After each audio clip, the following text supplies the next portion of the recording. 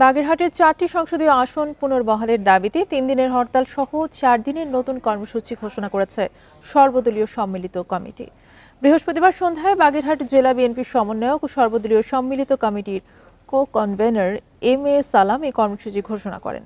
রোববার সকাল ৮টা থেকে বিকেল ৪টা পর্যন্ত সব সরকারি অফিসে অবস্থান কর্মসূচি এবং সোম, মঙ্গল ও বুধবার পরপর ৩ দিন সকাল সন্ধ্যা হরতাল কর্মসূচির ঘোষণা দেওয়া হয়। দাবি আদায় না হওয়া পর্যন্ত আন্দোলনের ঘোষণা দেন। এদিকে সর্বদলীয় সম্মিলিত কমিটির ডাকা ৪৮ ঘন্টার হরতাল শুরু হয় বুধবার ভোরে। যান চলাচল বন্ধ থাকায় বাগেরহাটের সাথে দক্ষিণের অন্তত ৪টি জেলার যোগাযোগ বন্ধ ছিল।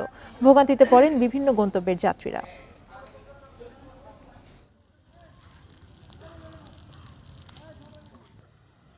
রিক্সা গাড়ি বন্ধ, রোডে কোনো লোক টোক নেই। আমরা তো বর্তমানে রিক্সায় নিয়ে খালি ঘুরতেছি। ৭৪ সাল থেকে আমাদের এই সংসদীয় আসন আপনার এই 4টি আসন ছিল। এখন হঠাৎ করে সরকার আমাদের 4টি আসন কমায় দিয়েছে। তো আমাদের বাগেরহাটবাসী সবাই ক্ষুব্ধ হয়ে সম্মিলিতভাবে হরতাল পালন করতেছে।